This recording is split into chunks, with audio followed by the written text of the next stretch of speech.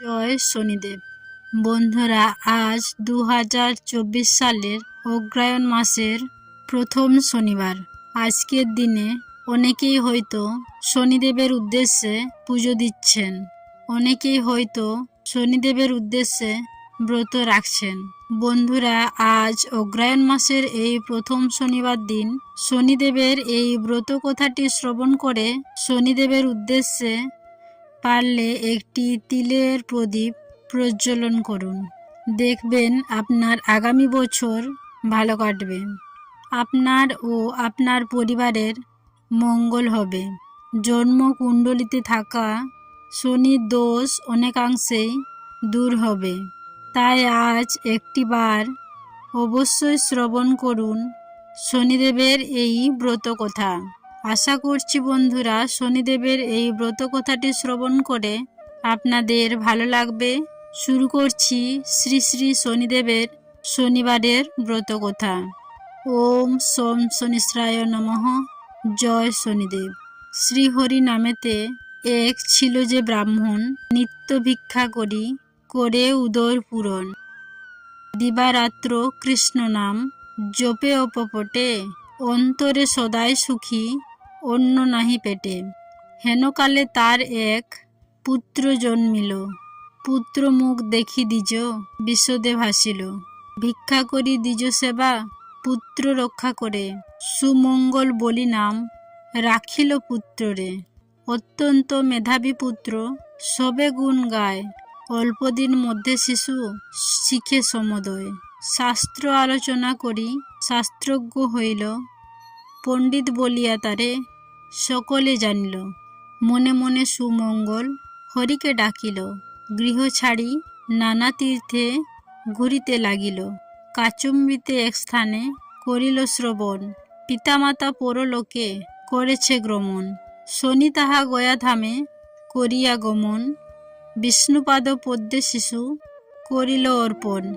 কাল বসে ঘটে যাহা কে করে খণ্ডন, শনির দৃষ্টিতে পড়ে দ্বিজের নন্দন। ভূমিতে ভূমিতে দ্বিজ যায় বহু দূরে, শেষে উপস্থিত হয় বিদর্ভ নগরে। রাজার সভায় দ্বিজ উপস্থিত হইল, ব্রাহ্মণ দেখিয়া রাজা অভ্যর্থনা করিল। রাজার নিকটে দ্বিজ দেই পরিচয়, সুমঙ্গল নাম মোর ওহে মহাশয়। অতি দুঃখী হই আমি, নাহি পিতামাতা, নানা দেশ ভ্রমে আমি থাকি যথা তথা। শ্রীবৎস রাজন বলেন, চিন্তা দূর করো, আমার আশ্রয়ে থাকি মোরে কৃপা করো। শাস্ত্রজ্ঞ পণ্ডিত তুমি, বুঝি অনুমানে, শাস্ত্র পাঠে তুষ্ট করো সভাসদগণে। দুই পুত্র আছে মোর, শুনো হে ব্রাহ্মণ, পড়ায়ব তব কাছে পড়িয়াছে মন। রাজার বাক্যতে দ্বিজ সন্তুষ্ট হইল, রাজার আশ্রয়ে বাস করিতে লাগিল।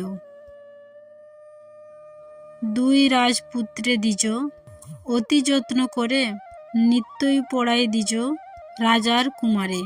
এই রূপে কিছুদিন বিগত হইল, পড়ুয়া বেশেতে শনি উপস্থিত হইল। শনিরে জিজ্ঞাসে দ্বিজ, ওহে বাছা ধন, কিবা হেতু হেথা তব হয় আগমন।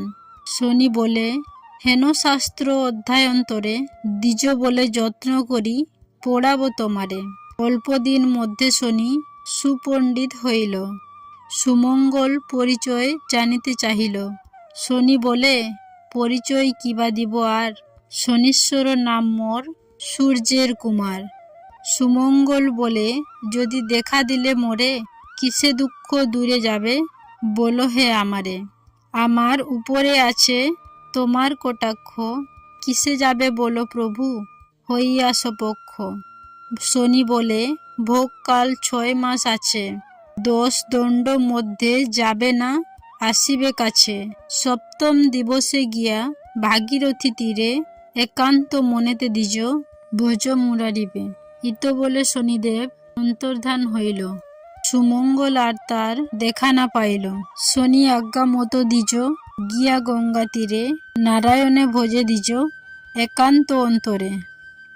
10 দণ্ড পূর্ণ হইল মানিতে বিচারি, উঠে দাঁড়াইল দ্বিজ বলিয়া শিহরে। কিন্তু 10 দণ্ড পূর্ণ না হয় তখনও। তার পূর্বে চলে আসে আপন ভবন। তাহা দেখি শনিদেব কুপিত হইল, 2 রাজপুত্রে শনি হরণ করিল। পূর্ণ মায়া বলে 2 শিশু মুণ্ড করি, দ্বিজের নিকটে যান শনি তাড়াতাড়ি। হেথা দ্বিজ চক্ষু বুঝি শ্রীহরির সরে, মুণ্ড দুটি ফেলে তার উরুর উপরে। হেথা নিদ্রা যোগে রাজা দুঃস্বপ্ন দেখিল, পাত্রমিত্র লয়ে রাজা গঙ্গা তীরে গেল। দেখিয়া দ্বিজের কোলে পুত্র মুণ্ডদয়, হাহাকার করে রাজা ধুলায় লুটায়। রাজা এসে দূতগণ বাঁধে ব্রাহ্মণেরে, শৃঙ্খলে বন্ধন করি রাখে কারাগারে। কারাগারে বসে দ্বিজ কাঁদিতে লাগিল, বিপদ হন্তা মধুসূদনে হরণ করিতে লাগিল। অতঃপরে ঘটে এক বিচিত্র ঘটন, 10 দণ্ড বেলা পূর্ণ হইল যখন। শোকেতে কাতর রাজা ছিলেন যেখানে, হেনকালে 2 পুত্র আসছিল সেখানে। রাজা বলে কথা ছিলে হৃদয়েরই ধন, শয্যাপুরে ছিন্ন পিতা করিয়া শয়ন। পুত্রদের বাক্যে রাজা আশ্চর্য হইল, আদ্য অন্ত কিছু তার বুঝিতে নারিল। ব্রাহ্মণের কথাই বা পড়ে গেল মনে, না বুঝিয়া কত কষ্ট দিনু সে ব্রাহ্মণে। রাজার সে দুধ গিয়া আনিল বিপ্ররে, জীর্ণ শীর্ণ কলেবর স্বাধীন কাতরে। বিনয় বচনে রাজা করে তার স্তুতি, সব অপরাধ ক্ষমা করো ওরে মহামতি। কৃপা করে করো মোর সন্দেহ ভঞ্জন, তবু করে কার মুণ্ড করেছি দর্শন। দ্বিজ বলে মহারাজ কিছুই না জানি, শনি কোপে কষ্ট পায় এইমাত্র মানিক। রাজা বলে যদি পায় শনি দর্শন, সুউপচারে তার করিব পূজন। উপবাক্য করে দ্বিজ করিল গমন। রাজা বলে যদি পায় শনি দর্শন, সুপচারে করিব পূজন। নৃপবাক্য শুনে দ্বিজ করিল গমন, শনির নিকটে সব করে নিবেদন। শুনিয়া সকল কথা শনিদেব এলো, শনিদেবে দেখি রাজা প্রণাম করিল। রাজা বলে যদি প্রভু এলে কৃপা করে, পূজার বিধান তবে বলো প্রভু মোরে। শনি বলে পূজাবিধি শোনো হে রাজন, যে রূপে করিবে মোর পূজা আয়োজন। শুদ্ধভাবে শুদ্ধ মনে আমার বাড়িতে, করিবে আমার পূজা একান্ত মনেতে। নীল বস্ত্র কৃষ্ণ তিল আর তৈল দেবে, মাস্ট কলায় আর নীল বস্ত্র আর কৃষ্ণ তিল তৈল দিবে। কৃষ্ণমন্য ঘট করিয়া স্থাপন, পঞ্চজাতির ফলমূলে করিবে পূজন। এই মোর পূজাবিধি কহিলাম সার, ভক্তি প্রধান যেন কি কহিব আর। পূজা শেষে ভক্তি ভরে করিবে প্রণাম, নবগ্রহ স্তোত্র পাঠে লইবেক নাম। আমার প্রসাদ খাবে করিয়া যতন, সর্বপাপ দূরে যাবে শুনে আমার বচন। অভক্তি করিয়া যে বা প্রসাদ খায়, অল্প দিনের সমনে ভবনে সে যাইবে। আমার পূজায় যে বা করে অনাদর, চিরকাল দুঃখ পেয়ে হইবে কাতর। এত বলি শনিদেব হন দর্শন, ভক্তি ভরে করে রাজা শনির পূজন। প্রতি শনিবারে পূজা করে নৃপবর, যোগনে দান দিয়া দিল বিস্তর।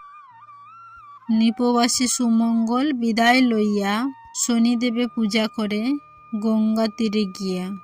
এই রূপে পূজা প্রচার হইল, প্রচারিল শনিদেবে, যাহার যেমন সাধ্য সেইভাবে পূজিবে। শনির মাহাত্ম্য যত কে বর্ণিতে পারে, কিঞ্চিৎ রসিত হইল শনিদেবের বরে। সর্বদা শনির পথ থাকে যার মনে, উদ্ধারে বিপদ হতে পড়িলে সমনে। শনির পাঁচালি যে বা রাখিবে ভবনে, কখনো না পড়ে সে বিপদের বন্ধনে। শনি প্রণমিয়া যে বা নিজ কার্যে যায়, সমাদর করে তারে রাজার সভায়। স্কন্দ পুরাণের কথা অন্যথা না হয়, যথাবিধি বেশ বাক্য ভূমিতে লুটিয়া বন্দি শনির চরণ। এত দূরে এই গ্রন্থ সমাপন করি। শনিশ্বর প্রীতি শোভে বলো ঘরে ঘরে। বন্ধুরা, শনিবার এই ব্রত কথাটি শ্রবণ করে শনিদেবের উদ্দেশ্যে এই মন্ত্রটি একবার হলেও জপ করবেন। ওম সোম শনিশ্চরায় নমঃ। যদি সম্ভব হয় 108 বার এই মন্ত্রটি জপ করবেন। আর শনিদেবের উদ্দেশ্যে সায়ংকালে অর্থাৎ সন্ধেবেলায় একটি সর্ষের তেলের প্রদীপ পারলে অবশ্যই প্রজ্বলন করুন। এই দিন কোনো দুস্থ মানুষ, কোনো কাক অথবা কালো কুকুরকে যদি আপনি কোনো কিছু খাওয়াতে পারেন এবং কোনো যদি কালো কিছু বস্তু দান করতে পারেন, তাহলে সেটি আপনার পক্ষে খুবই শুভ হবে। আশা করছি দর্শক বন্ধুরা, শনিদেবের শনিবারের এই ব্রত কথাটি শ্রবণ করে আপনাদের ভালো লেগেছে। ভালো লাগলে লাইক করবেন, পারলে শেয়ার করবেন এবং কমেন্টে জয় শনিদেবের জয় লিখতে একেবারে ভুলবেন না। সকলেই ভালো থাকুন, সুস্থ থাকুন এই কামনা করে আজকের মতো ভিডিওটি এখানেই শেষ করলাম। নমস্কার ও ধন্যবাদ। ঈশ্বর আপনার মঙ্গল করুক। জয় শ্রী শনিদেবের জয়।